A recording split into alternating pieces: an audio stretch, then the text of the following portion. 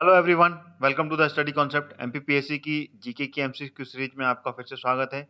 और एमपीपीएससी 2020 की first paper पर आधारित ये 56वां वीडियो है, जिसमें कि मैं वो सारे क्वेश्चंस लेके आया हूं जो कि नए सिलेबस के अकॉर्डिंग है। और इस वीडियो में वो सारे इंपॉर्टेंट क्वेश्चंस हैं जो कि एग्जाम में पूछे जा सकते हैं एमपीपीएससी 2020 में। तो इस वीडियो को अंत तक देखिएगा और साथ ही में मेरी वीडियोस को लाइक भी कीजिएगा इसको, और ज़्यादा से ज़्यादा शेयर कीजिएगा, जिससे कि अन्य सारे विद्यार्थी जो कि एमपीपीएससी 2020 की प्रिपरेशन कर रहे हैं वो भी लगातार मेरी इस सीरीज से जुड़कर वो सारे क्वेश्चंस को कवर करें जो कि एग्जाम में पूछे जा सकते हैं। आपको करना क्या है, मेरा स्टडी कॉन्सेप्ट चैनल सब्सक्राइब कर लेना है ऑल नोटिफिकेशन के साथ में, और साथ ही साथ में मेरा टेलीग्राम चैनल जो कि इस वीडियो के डिस्क्रिप्शन बॉक्स में उसका लिंक पड़ा हुआ है, वहां से आप उसको भी ज्वाइन कर लीजिए, जिसमें कि आपको सारे इंपॉर्टेंट पीडीएफ नोट्स और साथ ही साथ सारी वीडियोस के लिंक भी मिलेंगे, जहां से कि आप लगातार मेरे चैनल के साथ में और वो सारे इंपॉर्टेंट नोट्स डाउनलोड कर सकते हैं। तो चलिए शुरू करता हूँ 56वां वीडियो, इंपॉर्टेंट क्वेश्चंस। वीडियो को अंत तक देखिएगा और लाइक और शेयर करना ना भूलिएगा। लीजिए, पहला क्वेश्चन आ गया आपके सामने। निम्नलिखित में से कौन समय संकेतों का प्रयोग करते हुए विभिन्न संचालकों विभिन्न ऑपरेशन का समन्वय करता है? कंप्यूटर से आधारित है ये, कंप्यूटर जीके पर है ये question. Control unit, memory unit, input output unit या फिर अर्थमेटिक लॉजिकल यूनिट? तो इसका सही विकल्प है कंट्रोल यूनिट। जो होता है वही पूरे के पूरे जितने भी ऑपरेशन है उनको कंट्रोल करता है, और सारे जितने भी ऑपरेशंस हैं, ठीक है ना, उनको कंट्रोल करते हुए सब पर कैलकुलेशन का काम करता है, ठीक है ना, कंट्रोल यूनिट, ठीक है, CU. This is the correct answer. अगला क्वेश्चन आ गया सेकंड। लैन, वैन और मैन विभिन्न क्षेत्रों में कवर करने वाले कंप्यूटर नेटवर्क हैं। इनके पहले अक्षर एल, डब्ल्यू और एम क्रमशः क्या अर्थ है? बताइए, ए बी सी डी। तो इसका सही विकल्प है ए। एल का मतलब होता है लोकल, डब्ल्यू का मतलब होता है वाइड और एम का मतलब होता है मेट्रोपोलियन, ठीक है ना। तो this is the correct answer, ठीक है ना। लोकल एरिया नेटवर्क, ठीक है ना, वाइड वाइड एरिया नेटवर्क या फिर मेट्रोपोलियन एरिया नेटवर्क, ठीक है। This is the full form of LAN, वैन और मैन, ठीक है। चलिए आगे चलते हैं। अगला क्वेश्चन आ गया तीसरा। रोबोटिक प्रोसेस ऑटोमेशंस क्रियान्वयन पद्धति के किस स्टेप में उन प्रक्रियाओं को पहचानने की आवश्यकता होती है जो कि जिन्हें स्वचालित करना है? विकास, परीक्षण, योजना या फिर समर्थन व रखरखाव? तो इसका जो सही विकल्प है वो है बी, जो कि तीसरे नंबर पर दिया हुआ है, ठीक है ना, योजना, ठीक है ना, प्लानिंग। प्लानिंग जो होती है, ठीक है ना, this is the correct answer, ठीक है। अगला क्वेश्चन आ गया G2G, G2C, G2V क्या है ये? साइबर सुरक्षा, कृत्रिम बुद्धिमत्ता, क्लाउड कंप्यूटिंग या ई गवर्नमेंट? तो इसका आंसर है ई गवर्नमेंट। जो होती है उसमें ये सारे के सारे विकल्प होते हैं। G2G मतलब गवर्नमेंट टू गवर्नमेंट, ठीक है ना, GOV टू GOV, ठीक है, गवर्नमेंट टू गवर्नमेंट हो गया ये। और दूसरा हो गया G2C यानी कि गवर्नमेंट टू सिविल। सी का मतलब होता है सिविल, ठीक है ना, CIVIL, ठीक है। और तीसरा है G2V यानी कि government to business, government to business, ठीक है। ये तीनों फॉर्म फुल फॉर्म हो गए जो कि ई गवर्नमेंट पर आधारित ये पूरी प्रक्रिया है, ठीक है। चलिए आगे बढ़ते हैं। अगला क्वेश्चन आ गया पांचवा। भारत में केंद्र राज्य संबंध निर्भर करते हैं किस पे? संवैधानिक प्रावधानों पर, परंपरा तथा व्यवहारों पर, न्यायिक व्याख्याओं पर या फिर बातचीत के लिए यंत्र विन्यास पर? तो इसका कौन सा कूट सही है? A B C D. तो इसका डी बिल्कुल सही, यानी कि ऊपर दिए हुए चारों विकल्प बिल्कुल सही हैं, ऑल फोर आर ट्रू, ठीक है। चलिए आगे बढ़ते हैं। अगला क्वेश्चन आ गया, निम्न में से कौन एक प्रमुख नवपाषाण कालीन स्थल है? सोनार घाटी, भीमबेटका की गुफाएं, चंबल की घाटी या उपरोक्त सभी? तो इसका सही विकल्प है बी, भीमबेटका है, जो कि कहाँ पर है, किस जिले में है? रायसेन के अब्दुल्लागंज जो तहसील है उसमें स्थित है ये नवपाषाण कालीन गुफाएं भीमबेटका। और इसकी खोज कब की थी? 1957-58 में हुई थी। किसने की थी? विष्णु वाकड़कर जी ने इसकी खोज की थी, ठीक है ना, इनका पूरा नाम है विष्णु श्रीधर वाकड़कर जी, ठीक है ना, डॉक्टर विष्णु श्रीधर वाकड़कर जी, ठीक है ना। 1957-58 में इसकी खोज की थी। रायसेन जिला और अब्दुल्लागंज तहसील के अंतर्गत आती है, ठीक है ना। और ये पूरी की पूरी जो श्रृंखला है ये विंध्य पर्वतमालाओं पर है, ठीक है ना। ये जो पर्वत है ये, ठीक है ना, एक पहाड़ी है, उस पर ये पूरी भीमबेटका मिली है और टोटल यहाँ पर 750 गुफाएं हैं जिनको खोजा गया है, ठीक है ना, जिसमें कि नव पाषाणकालीन की 10,000 से भी अधिक शैल चित्र यहाँ पर प्राप्त हुए हैं। ठीक है, चलिए आगे बढ़ते हैं।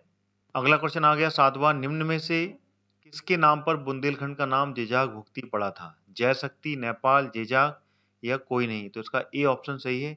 जय शक्ति के नाम पर बुंदेलखंड का नाम जेजाग भुक्ति पड़ा था और यहाँ पर, ठीक है ना, जेजाग भुक्ति के नाम पर चंदेलों ने राज किया था, ठीक है ना, चंदेलों ने शासन किया था और जो कि कहाँ पर था जेजाग भुक्ति क्षेत्र? ये नर्मदा और यमुना के बीच में, ऊपर यमुना थी और नीचे नर्मदा थी, उसके बीच का जो क्षेत्र था वो जेजाग भुक्ति था। यहाँ पर की चंदेलों ने 8वीं, ठीक है ना, 8th सेंचुरी से लेके 14th सेंचुरी तक यहाँ पर राज किया था, ठीक है ना। चंदेलों नन्नुक ने यहाँ पर नन्नुक ने स्थापना की थी चंदेल वंश की, ठीक है ना, जो कि गुर्जर प्रतिहार के सामंत थे, उनके अंडर में एडमिनिस्ट्रेशन का काम किया था। फिर बाद में अपने स्वयं की अलग से साम्राज्य की स्थापना की थी बुंदेलखंड में, ठीक है ना, चंदेल, ध्यान रखिएगा।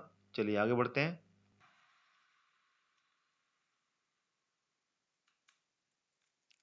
आगे बढ़ने से पहले मैं आपको बताना चाहता हूं अनअकैडमी के बारे में। अनअकैडमी इंडिया का लार्जेस्ट लर्निंग प्लेटफॉर्म है। यहाँ पे आप ट्रैक कर सकते हैं एमपीपीएससी वेपन्स के वो सारे एग्जाम्स जिसकी आप प्रिपरेशंस कर रहे हैं। अनअकैडमी के प्लस सब्सक्रिप्शंस वाले जो बैचेस होते हैं उनमें आपको मिलता है unlimited live and recorded courses का एक्सेस, जो कि आपको वहां पर पढ़ाते हैं इंडिया के बेस्ट एजुकेटर्स। तो जल्दी सब्सक्राइब करें अनअकैडमी के एमपीपीएससी एंड व्यापम्स के कोर्सेज को और क्रैक करने के लिए तैयार हो जाइए। अनअकैडमी पे प्लस सब्सक्रिप्शन के साथ साथ फ्री प्लान भी हैं, उसके बेनिफिट भी आप जान लें। फ्री क्लासेस में आपको weekly 500 free live classes with live doubt clearing मिलेंगी, साथ ही साथ में फ्री लाइव क्विज जिसमें कि आपको 20,000 से ज्यादा क्वेश्चंस मिलने वाले हैं और आप वीकली फ्री मॉक टेस्ट भी इसमें लगा सकते हैं, ठीक है।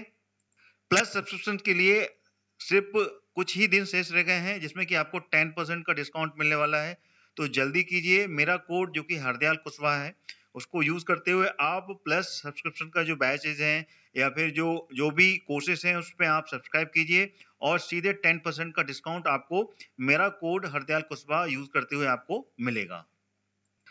अनअकैडमी आपके लिए लाया है mission rank MP police constable free revision camps. यहाँ पे भी आपको मिलेंगी free special classes and weekly mock test और ये सारी क्लासेस स्टार्ट हो चुकी हैं 26 फरवरी 2021 से और ये कैंप चलेगा 12 मार्च 2021 तक। तो देरी ना करें, फ्री वाले जो प्लान्स हैं उसमें आप ज्वाइन करके ये सारे जितने भी स्पेशल क्लासेस हैं और मॉक टेस्ट उसको आप ज्वाइन कर सकते हैं। एवरी सैटरडे यहाँ पर आपको कंडक्ट कराया जाएगा वीकली मॉक टेस्ट जो कि फुल लेंथ पेपर का होगा, जो कि जिसका टाइम रहेगा सुबह 10 बजे से।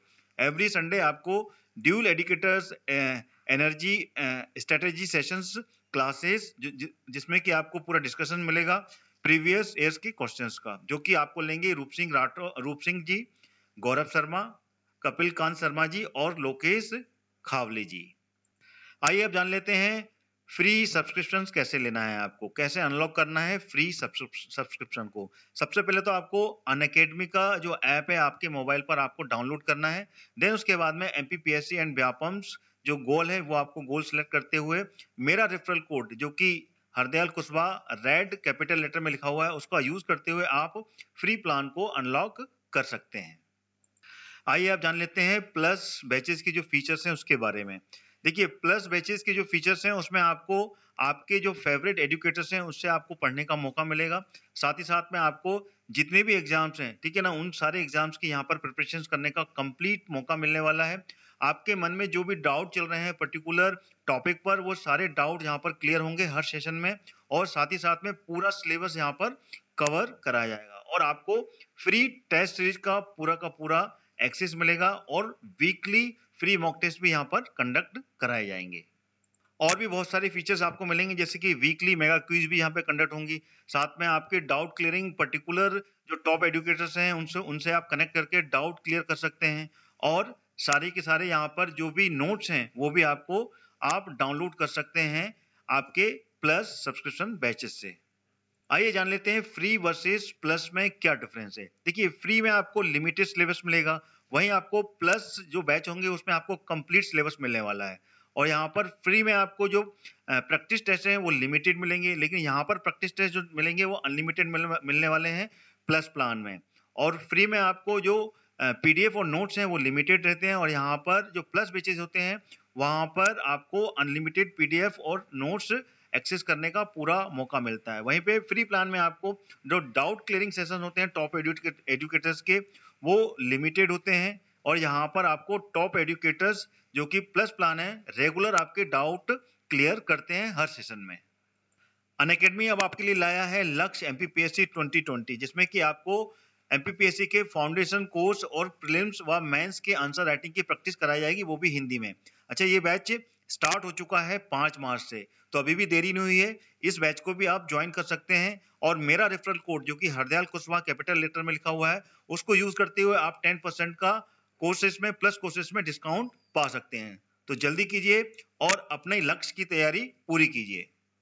आइए जान लेते हैं अनअकैडमी का प्लस सब्सक्रिप्शन कैसे लेना है। सबसे पहले आपको अनअकैडमी का ऐप डाउनलोड करना है, जो कि मैं आपको बता चुका हूं। उसके बाद में वहां पे आपको एमपीपीएससी व्यापम्स सिलेक्ट करने के बाद प्लस सब्सक्रिप्शन में जाना है, और वहां से जो गेट सब्सक्रिप्शन का बटन है प्लस वाला, वो क्लिक करना है, जिससे आपको प्लस का जो सब्सक्रिप्शन है वो मिल जाएगा। और इसमें भी आपको 10% का डिस्काउंट मिलेगा जैसे ही आप मेरा referral code Hardayal Kushwaha use करेंगे। जो भी कोर्स होगा उसमें आपको सीधे 10% का डिस्काउंट फीस में मिलने वाला है। तो जल्दी कीजिए, मौका हाथ से छूटने ना पाए, क्योंकि कुछ ही दिन शेष रह गए हैं जिसमें कि आपको 10% डिस्काउंट मिलेगा प्लस कोर्सेज में। और मेरा रेफरल कोड यूज कीजिए, और सारे कोर्स आपके monthly 3 month, 6 month, 12 month, 24 month, 36 month और 48 मंथ्स के हैं, जिसमें कि आपको सीधे 10% की डिस्काउंट के बाद में जो प्राइस सामने लिखा हुआ है वो आपको उस प्राइजेस में आपको ये कोर्सेज मिलने वाले हैं।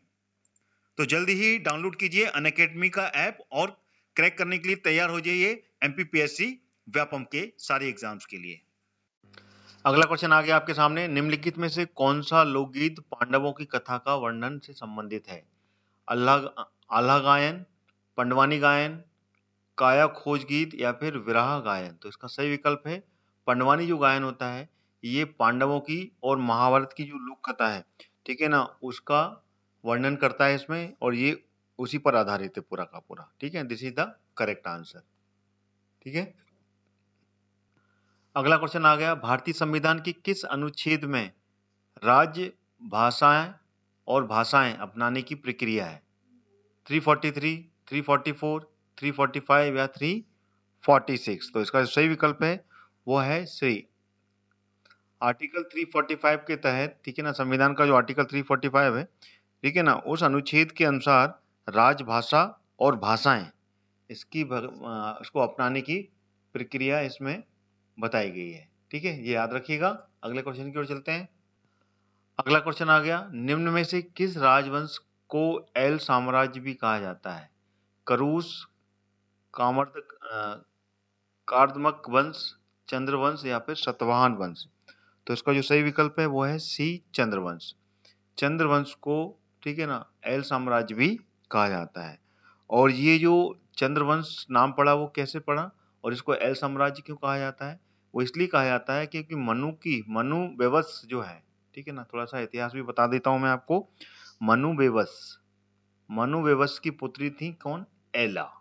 एला नाम था इसका, ठीक है ना, एला नाम था। इनका जो विवाह हुआ था वो हुआ था, ठीक है, सोमचंद्र के साथ में। ठीक है ना, सोमचंद्र नाम के, ठीक है ना, व्यक्ति से उनके साथ में इनका विवाह हुआ। देन उसके बाद में इनके नाम पर ही ये एला से एल साम्राज्य बना। ठीक है ना, और ये जो साम्राज्य था ये बुंदेलखंड तक फैला हुआ था। ठीक है ना, बुंदेलखंड तक ये फैला हुआ था पूरा। ठीक है, और इसको चंद्रवंश भी कहा जाता है और एल साम्राज्य। और एला, ठीक है ना, मनु बेवस की पुत्री। ठीक है, सोमचंद्र के साथ में इनका विवाह हुआ था। चलिए आगे बढ़ते हैं। अगला क्वेश्चन आ गया, हिस्ट्री का है ये। निम्न में से किस युद्ध में विजय के अंतर्गत इंदौर, नागपुर और रीवा रियासत पर ब्रिटिश ईस्ट इंडिया कंपनी का अधिकार हो गया था? पानीपत का तीसरा युद्ध, पालखेड़ा का युद्ध, द्वितीय आंग्ला युद्ध या तृतीय आंग्ला मराठा युद्ध? तो सही विकल्प है डी।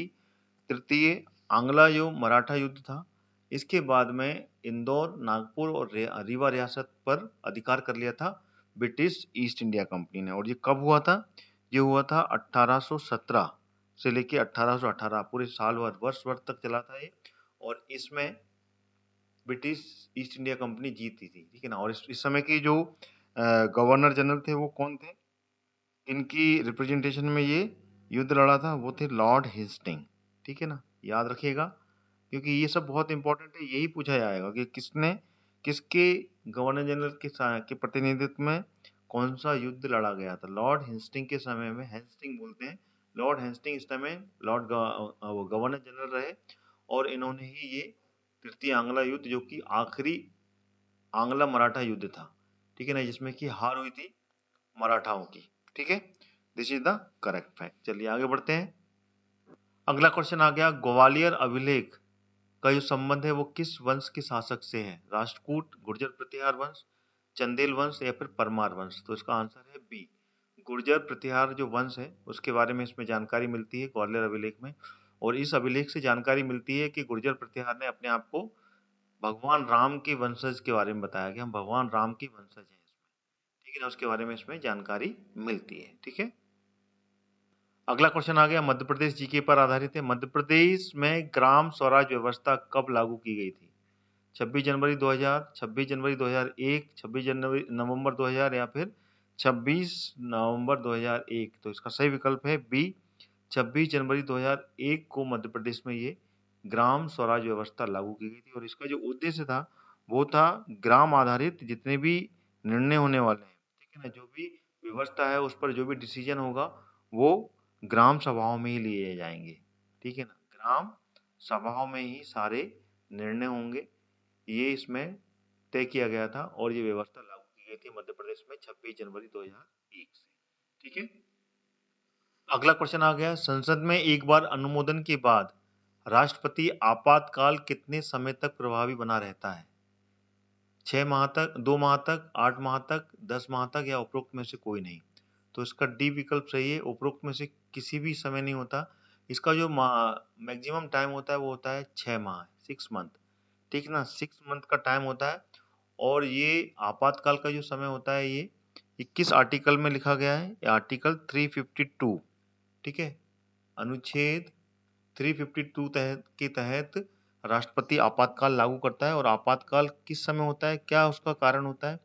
देखिए, या फिर बाहर का युद्ध हो या फिर अंदर ही कहीं सशस्त्र विद्रोह उत्पन्न हो गया हो, तो उस समय पर राष्ट्रपति निर्णय लेता है कि आपातकाल लगाना चाहिए।